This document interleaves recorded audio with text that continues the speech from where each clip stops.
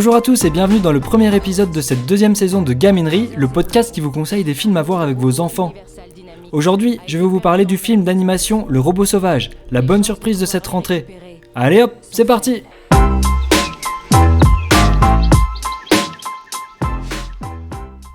Le Robot Sauvage est le dernier film du studio d'animation de DreamWorks.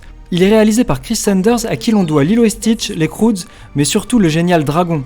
Il est aussi le scénariste des meilleurs Disney, à savoir La Belle et la Bête, Aladdin et le Roi Lion. On a donc affaire à quelqu'un qui connaît son métier. Mais avant d'aller plus loin, de quoi ça parle ?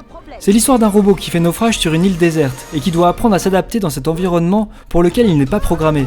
C'est en nouant des liens avec les habitants de l'île qu'il va pouvoir survivre et peut-être même plus. Le Robot Sauvage n'est certes pas parfait, mais cela fait un bien fou de voir se développer sous nos yeux un univers original. Parce que cet été on a eu droit qu'à des suites peu inspirées, comme Moi Moche et Méchant 4 ou Vice Versa 2. Et quand je vois que dans la liste des prochaines sorties Disney Pixar il y a Vaiana 2, Zootopie 2 et même Toy Story 5, cela me désespère. Mais bon, revenons un peu au film qui nous intéresse ici. Comme je le disais, Le Robot Sauvage n'est pas un film parfait, mais il souffle un vrai vent de fraîcheur sur le cinéma d'animation, de par son univers visuel original et un ton différent qui laisse place à l'émotion sans jamais tenter de la désamorcer.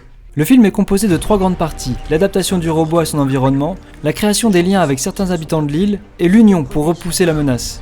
Les 2 premières parties sont les plus réussies.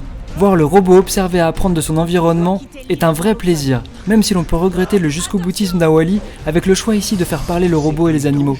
Ensuite, l'amitié qui se développe entre le robot et les animaux donne lieu à de beaux moments de comédie et d'émotion.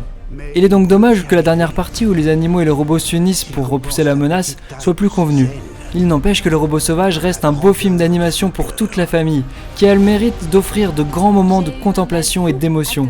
Il saura vous surprendre par son univers inédit, tout en offrant un vrai moment de divertissement. À voir dès 5 ans. C'est terminé, j'espère que ça vous a plu. Abonnez-vous pour ne louper aucun épisode. Laissez des commentaires sur la page Facebook et allez voir les vidéos sur YouTube. À bientôt!